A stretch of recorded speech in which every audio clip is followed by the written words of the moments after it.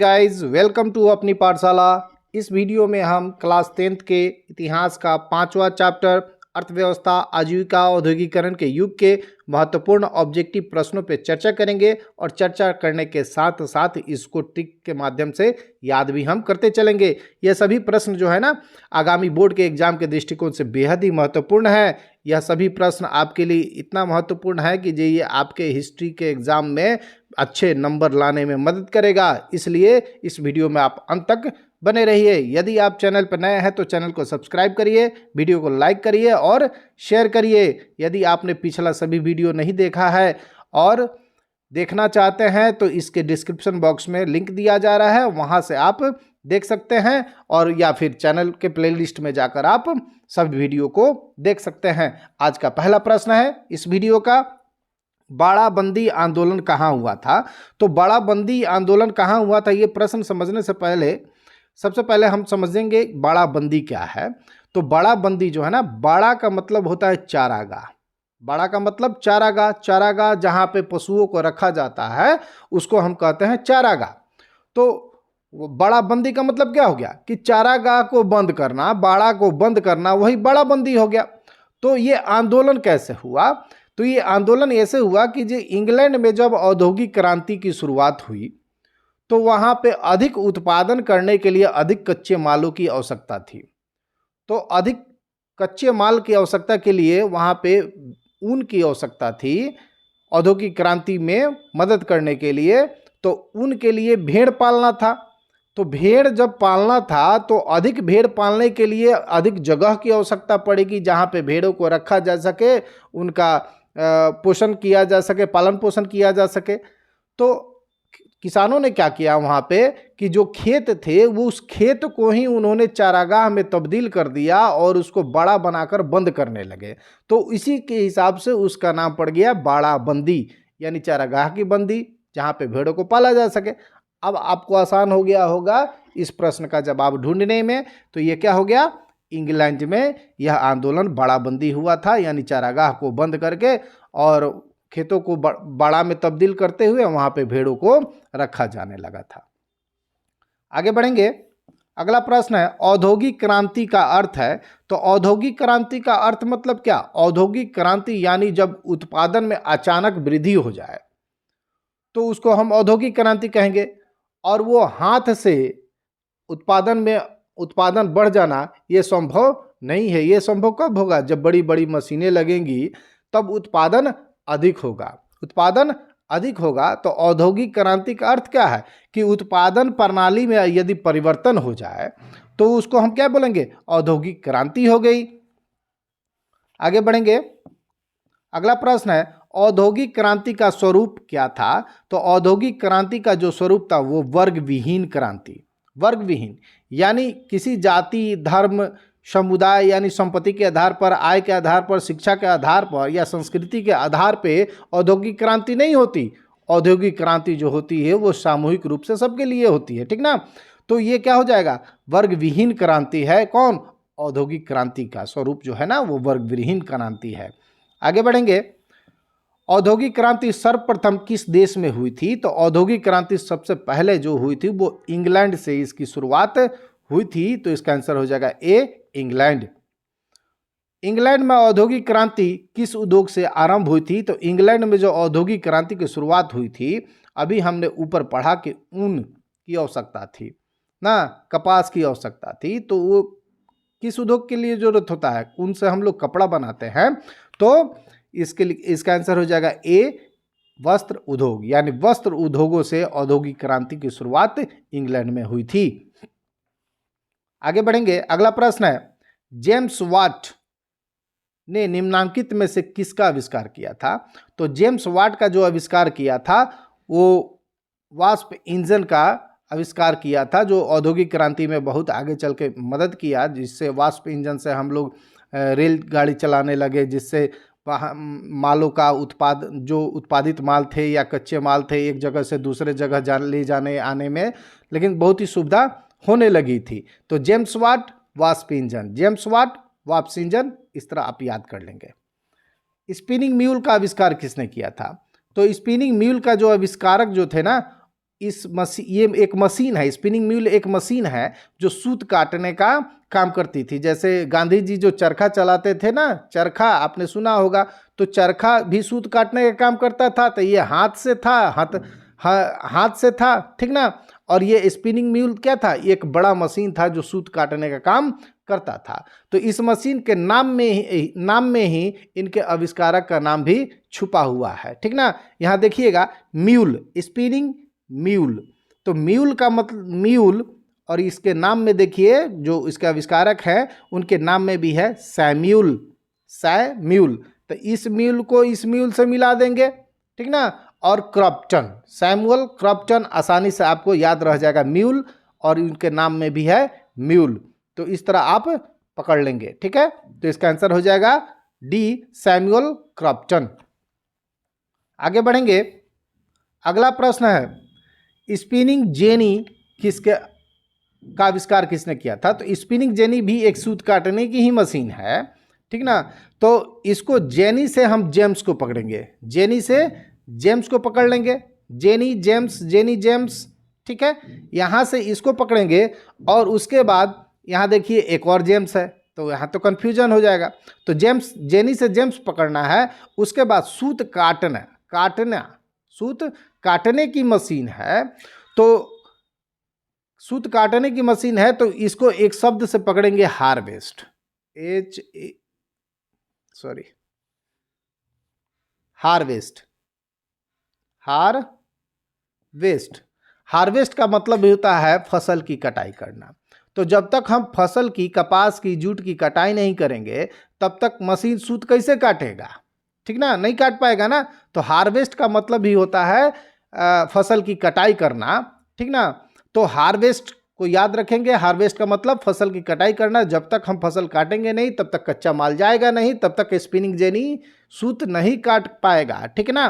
तो हार्वेस्ट से हम हर पढ़ेंगे, यानी हर से हम हार्वेस्ट बना देंगे, हर से हार्वेस्ट से हर, ठीक ना। तो जेम्स हर ग्रीन्स, जेम्स हर ग्रीन्स, ठीक है। स्पिनिंग जेनी, जेनी से पकड़ेंगे जेम्स को और हार्वेस्ट से हर ग्रीन्स को, ठीक है।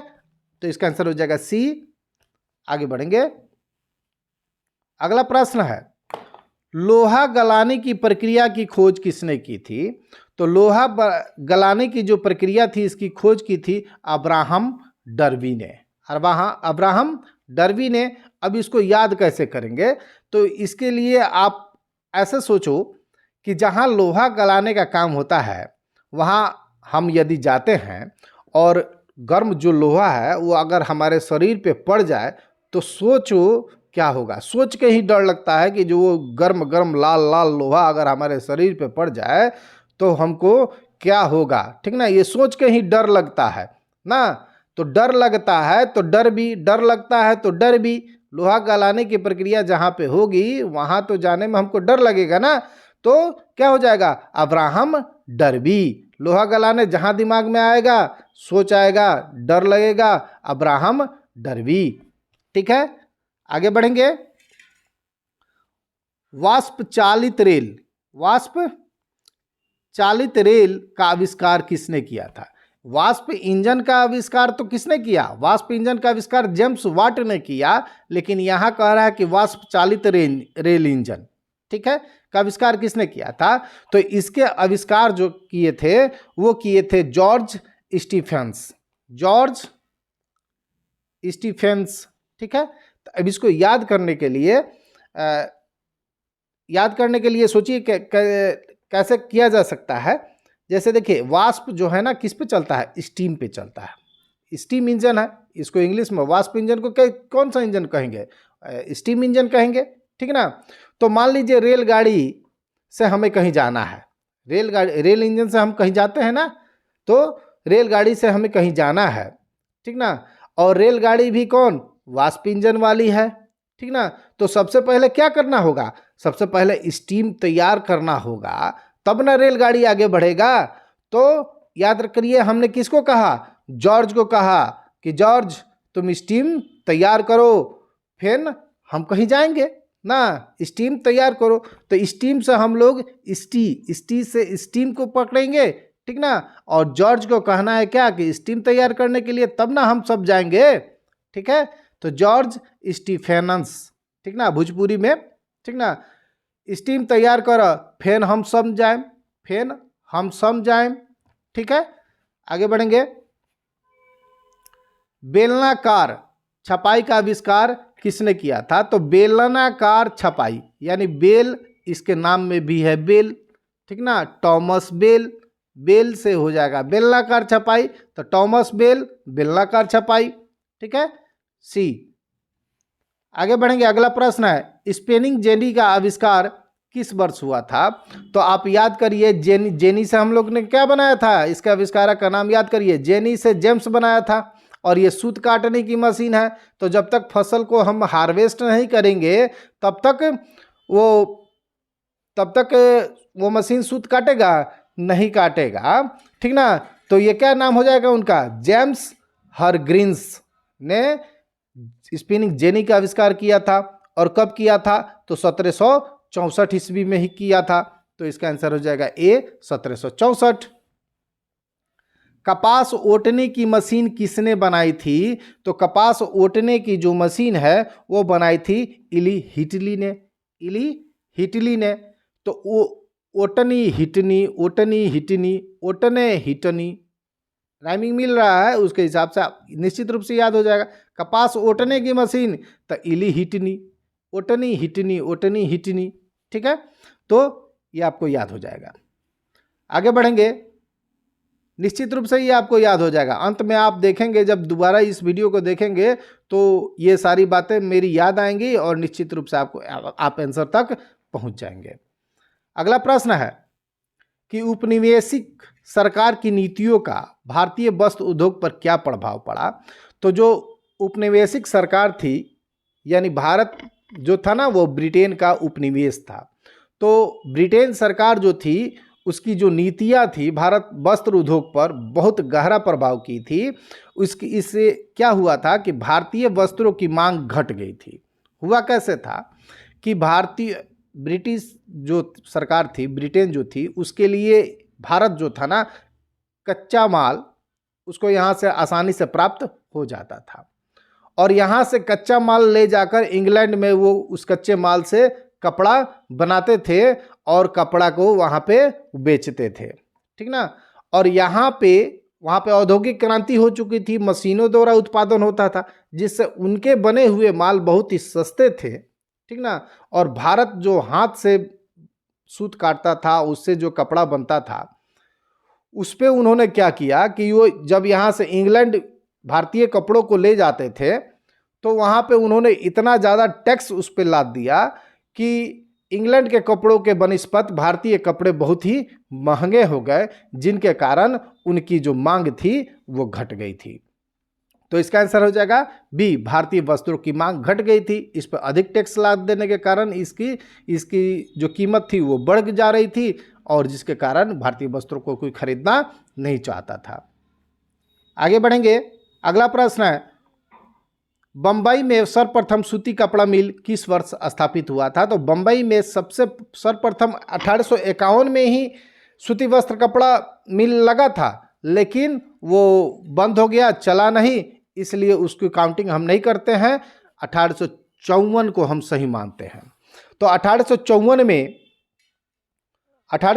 में सबसे पहला जो सूती कपड़ा मिल था वो मुंबई में स्थापित किया गया था, और वो किया गया था कावस जी नानाजी दाबर द्वारा, और इस कंपनी का नाम था द बॉम्बे स्पिनिंग मिल, ठीक ना। द बॉम्बे स्पिनिंग मिल के नाम से कावस जी नानाजी दाबर ने 1854 में मुंबई में सूती कपड़ा मिल सर्वप्रथम स्थापित किया था।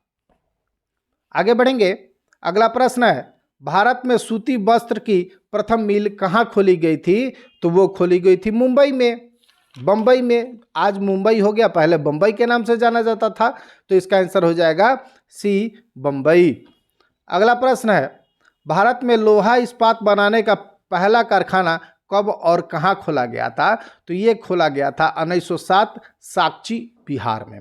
साकची जो आज जमशेदपुर के नाम से जाना जाता है, पहले वो साकची जाना जाता था, ठीक ना। तो अब जमशेदपुर कहाँ है? पहले बिहार का ही हिस्सा हुआ था झारखंड, इसलिए बिहार की बात हो रही है। अब उसका विभाजन हो चुका है, इसलिए वो झारखंड में है, ठीक ना।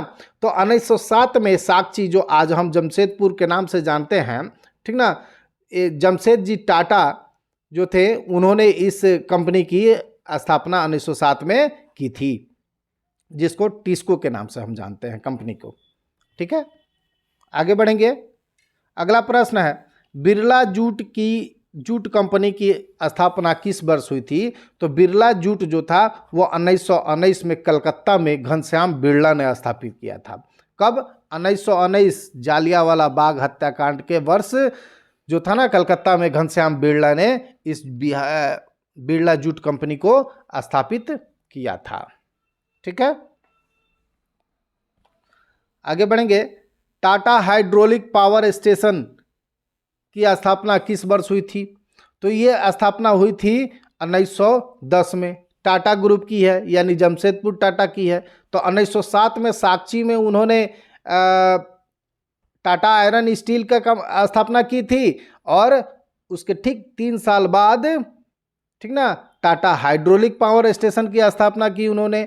तो इसका आंसर हो जाएगा बी, 1910। आगे बढ़ेंगे। भारत में प्रथम फैक्ट्री एक्ट किस वर्ष बना? तो भारत में सर्वप्रथम जो फैक्ट्री एक्ट बना था वो बना था 1881 में। कब बना था? 1881 में। और उस समय जो वायसराय थे वो लॉर्ड रिपन थे। तो लॉर्ड रिपन के समय में ये फैक्ट्री स्थापित हुई थी। और इस कारखाना अधिनियम का, यानी फैक्ट्री अधिनियम का क्या क्या था उसमें, तो ये उन कारखानों पर लागू होता था ये फैक्ट्री एक्ट जहाँ पे श्रमिकों की संख्या कम से कम 100 थी, उस फैक्ट्री पे ये लागू होता था। और क्या था इसमें? इसमें था कि जो 7 वर्ष से कम आयु के बच्चे हैं उनको काम करने पर रोक लगा दिया गया। यानी 7 वर्ष के कम उम्र के बच्चे जो हैं ना, वो फैक्ट्री में काम नहीं करेंगे।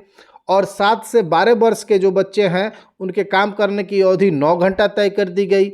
और प्रतिदिन 1 घंटा आराम और 1 हफ्ता में 4 दिन की छुट्टी इस एक्ट द्वारा दी गई थी। तो 1881 में। इंग्लैंड में सभी स्त्रियों और पुरुषों को वयस्क मताधिकार कब मिला था? वयस्क मताधिकार से आप परिचित होंगे, यानी 18 वर्ष की उम्र जब हो जाती है तो आपको अपना मताधिकार देने का, यानी नेताओं को चुनने का अधिकार मिलता है, सरकार को बनाने का अधिकार मिलता है आपको, उसी को बोलेंगे वयस्क मताधिकार। तो इंग्लैंड में ये मताधिकार कब मिला था? तो इंग्लैंड में ये मताधिकार 1928 में मिला था, जिस वर्ष साइमन कमीशन भारत आया था। आगे बढ़ेंगे। अगला प्रश्न है, पंजाब नेशनल बैंक की स्थापना किस वर्ष हुई थी? तो पंजाब नेशनल बैंक की जो स्थापना हुई थी वो हुई थी 1894 में। कब हुई थी? 1894 में हुई थी। स्थापना तो 1894 में हुई थी, ठीक ना, लेकिन यह कारोबार के लिए खोला गया था 1895 में। और इसकी स्थापना जो हुई थी वो लाहौर में हुई थी। यानी उस समय भारत और पाकिस्तान का विभाजन तो हुआ नहीं था, तो लाहौर में इसकी स्थापना हुई थी। अविभाजित भारत के लाहौर में इसकी स्थापना 1894 ईस्वी में हुई थी, ठीक है। आगे बढ़ेंगे। अगला प्रश्न है, चार्टिस्ट आंदोलन आरंभ हुआ, यानी चार्टिस्ट आंदोलन कब आरंभ हुआ था? तो ये आरंभ हुआ था 1838 में। 1838 में। तो इसका आंसर हो जाएगा ए, 1838। अब चर्चिस्ट आंदोलन पे थोड़ा सा हम लोग समझ लेते हैं। तो ये एक राजनीतिक आंदोलन था जिसमें इंग्लैंड में जब औद्योगिक क्रांति हुई तो उस समय क्या हुआ कि जो अमीर थे वो और अमीर बनते चले गए और जो गरीब थे और गरीब होते चले गए। तो यही जो अमीर और गरीब के बीच ये बड़ा फासला, बड़ा खाई जो हो गया था, इसी खाई को दूर करने के लिए ये चार्टिस्ट आंदोलन चलाया गया था इंग्लैंड में। कब? 1838 ईस्वी में। चार्टिस्ट आंदोलन कहाँ हुआ था? तो चार्टिस्ट आंदोलन ब्रिटेन में हुआ था, ठीक है। इसका आंसर हो जाएगा ए, ब्रिटेन। अगला प्रश्न है, मजदूर संघ अधिनियम किस वर्ष पारित हुआ? तो मजदूर संघ अधिनियम जो पारित हुआ था वो हुआ था 1926 ईस्वी में। तो इसका आंसर हो जाएगा सी 1926। अगला प्रश्न है, जमशेद जी टाटा ने Tata iron and steel company किस वर्ष स्थापित किया था? तो वो स्थापित किया था 1907 साक्षी बिहार में, तो इसका आंसर हो जाएगा सी 1907। अगला प्रश्न है, भारत में कोयला उद्योग कब प्रारंभ हुआ? तो भारत में जो कोयला उद्योग प्रारंभ हुआ था वो 1814 में हुआ था। कब हुआ था? 1814 में हुआ था। तो ये देखिए कैसे कि भारत में जब कोयला उद्योग प्रारंभ हुआ था तो ये कहाँ से हुआ था? तो ये हुआ था पश्चिम बंगाल में एक जगह है रानीगंज।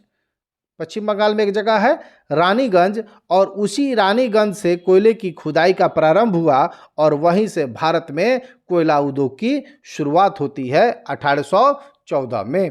तो इसका आंसर हो जाएगा ए 1814। अगला प्रश्न है, भारत में न्यूनतम मजदूरी कानून किस वर्ष पारित हुआ था? तो भारत में जब न्यूनतम मजदूरी कानून जो था ना वो 1948 में, यानी भारत जब आज़ाद हुआ 1947 में, उसके अगले साल न्यूनतम मजदूरी कानून को भारत सरकार ने पारित कर दिया था। तो इसका आंसर हो जाएगा क्या? बी 1948। अंतर्राष्ट्रीय श्रमिक संगठन की स्थापना कब हुई थी? तो अंतर्राष्ट्रीय श्रमिक संगठन की स्थापना जो हुई थी वो 31 अक्टूबर 1920 को हुई थी।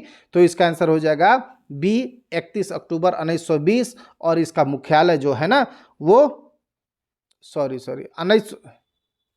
इसका आंसर 1920 नहीं होगा, इसका आंसर 1919 होगा। 1919 होगा, और इसका मुख्यालय जो है ना वो जेनेवा स्विट्जरलैंड में है। कहाँ है? जेनेवा स्विट्जरलैंड में है। ठीक है, आगे बढ़ेंगे। अगला प्रश्न है, all India trade union Congress की स्थापना कब हुई थी? तो all India trade union Congress की जो स्थापना हुई थी ना वो 1920 में हुई थी। कब हुई थी? 1920 में हुई थी, और इसके जो अध्यक्ष थे वो थे लाला लाजपत राय। लाला लाजपत राय, और ये कम्युनिस्ट पार्टी की ट्रेड यूनियन थी। ठीक ना, तो इसका आंसर हो जाएगा कौन? डी 1920। अगला प्रश्न है, अखिल भारतीय ट्रेड यूनियन कांग्रेस के प्रथम अध्यक्ष कौन थे? तो प्रथम अध्यक्ष लाला लाजपत राय थे। लाला लाजपत राय थे, वही ठीक ना, वही लाला लाजपत राय जिन्होंने 1928 में जब साइमन कमीशन आया था तो साइमन गो बैक के नारे लगाए थे, और जिनको लाठियों से पीट पीट कर उनकी हत्या कर दी गई थी। वही लाला लाजपत राय अखिल भारतीय ट्रेड यूनियन कांग्रेस के प्रथम अध्यक्ष थे। अगला प्रश्न है, भारत सरकार ने औद्योगिक आयोग किस वर्ष नियुक्त किया था? तो भारत सरकार ने जो औद्योगिक आयोग नियुक्त किया था वह 1916 ईस्वी में किया था, और इस औद्योगिक आयोग के नियुक्त करने का क्या उद्देश्य था? तो भारतीय उद्योग और व्यापार को वित्तीय सहायता देने के लिए सरकार ने इस औद्योगिक आयोग का गठन किया था। कब? 1916 ईस्वी में। अगला प्रश्न है, भारत में मजदूरी बोर्ड की स्थापना किस पंचवर्षीय योजना में की गई थी? तो भारत में जो मजदूरी बोर्ड की स्थापना थी वो तृतीय पंचवर्षीय योजना में की गई थी, जिसका काल था 1961 से लेकर 1966 तक। ये तृतीय पंचवर्षीय योजना थी, और इसी तृतीय पंचवर्षीय योजना के तहत भारत और पाकिस्तान का युद्ध हुआ था, और उस समय बेहद ही भयंकर सूखा भी पड़ा था, जिसके कारण ये जो योजना थी बेहद ही फ्लॉप योजना रही, फ्लॉप हो गई। ठीक ना, तो ये तृतीय था। कब? अगला प्रश्न है, भारत में श्रम आयोग की स्थापना किस वर्ष हुई थी? तो भारत में श्रम आयोग की जो स्थापना हुई थी वो हुई थी 1948 में। कब हुई थी?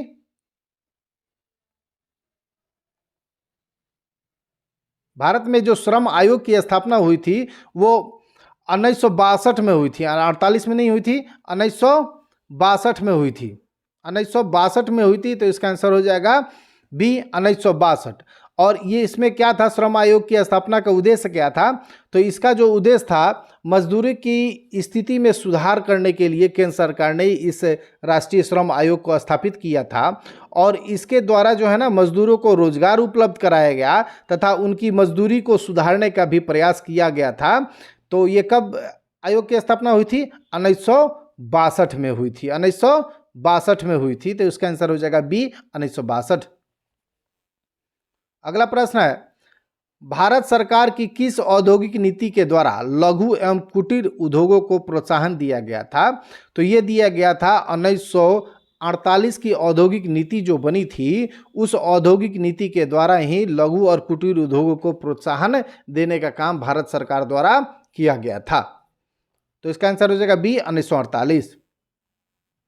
36 नंबर प्रश्न कहता है कि 1980 की औद्योगिक नीति घोषणा पत्र में किस प्रकार के उद्योगों को विकसित करने का पर बल दिया गया था? तो 1980 में जब यह औद्योगिक नीति आई थी तो उस समय जो कृषि आधारित उद्योग थे उनको विकसित करने पर ज़्यादा जोर दिया गया था। तो इसको क्या आंसर हो जाएगा? इसका आंसर हो जाएगा डी, कृषि आधारित उद्योगों पर बल देने के लिए 1980 में औद्योगिक नीति की घोषणा की गई थी। 1962 वाला में कुटीर उद्योग को बढ़ावा दिया गया था और 1980 वाला में कृषि आधारित उद्योग पे को बढ़ावा दिया गया था। भारत को किस उद्योग का जन्मभूमि माना जाता है? तो भारत में कपड़ा उद्योग का जन्मभूमि माना जाता है, ठीक ना। तो इसका आंसर हो जाएगा बी, कपड़ा उद्योग। अगला प्रश्न है, इंग्लैंड में औद्योगिक क्रांति के लिए भारत द्वारा निर्यात की जाने वाली प्रमुख कच्चे माल क्या थे? यानी इंग्लैंड में औद्योगिक क्रांति हुई लेकिन कच्चा माल कहाँ से जाता था? कच्चा माल जाता था भारत से।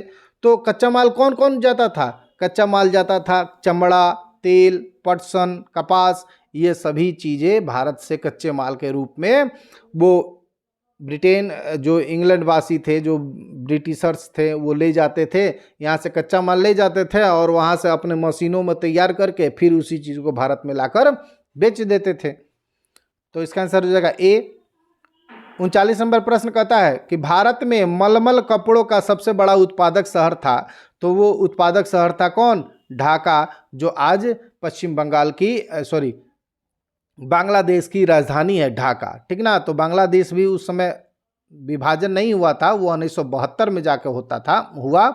तो उस समय जो बड़ा उत्पादक था मलमल कपड़ों का वो ढाका था, ठीक ना, जो आज बांग्लादेश की राजधानी है, ठीक है। आगे बढ़ेंगे। अगला प्रश्न है, इंपीरियल गजेटियर के संकलनकर्ता का नाम क्या है? तो इनका नाम है विलियम हंटर। विलियम हंटर इनके संकलन करता है, ठीक ना। जो कब प्रकाशित हुआ था? 1881 में इसका प्रकाशन हुआ था, इंपीरियल गजेटियर का, और इसके संकलन करता थे विलियम हंटर। वही हंटर जो जालियांवाला बाग हत्याकांड के आयोग जो गठन किया गया था उस समय, उसके जो अध्यक्ष थे वही विलियम हंटर इसके संकलनकर्ता भी थे, ठीक ना। आगे बढ़ेंगे। सेफ्टी लैम्प का आविष्कार किसने किया था? तो सेफ्टी लैम्प का आविष्कार जो किया था वो किया था हम्फ्री डेवी। Humphry Davy. अब इसको याद करना देखिए बड़ा आसान है कि सेफ्टी लैम्प यानी सेफ का मतलब क्या होता है? सुरक्षित। सेफ का मतलब सुरक्षित। जब लैंप सेफ्टी बनाकर अपना जलेगा ना, तो हम क्या हो जाएंगे? हम फ्री रहेंगे, निश्चिंत रहेंगे, हमको किसी प्रकार का टेंशन ना रहेगा ना, कि जो लैंप से कोई खतरा नहीं होगा, यानी सेफ है। तो सेफ्टी लैंप जब जलेगा तो हम क्या करेंगे? सेफ रहेगा, फ्री हो जाएंगे। सेफ रहेगा तो क्या होंगे? हम फ्री होंगे। तो देखिए यहाँ पे हम फ्री यानी हम फ्री हो जाएंगे, ठीक ना। अगर लैंप सेफ हो ना, दिया अगर हम जलाते हैं, दिया अगर जलाते हैं तो देखते हैं कहीं कपड़ा के पास ना रहे, क्या किसी कागज़ के पास ना रहे, उसको बचाकर सुरक्षित हम रखते हैं ना। तो अगर खुद लैंप जो है ना वो सेफ है, सुरक्षित है, तो हम फ्री रहेंगे, निश्चिंत रहेंगे, ठीक ना। तो हम फ्री, सेफ्टी लैंप जलाने के लिए हम फ्री रहेंगे, ठीक ना।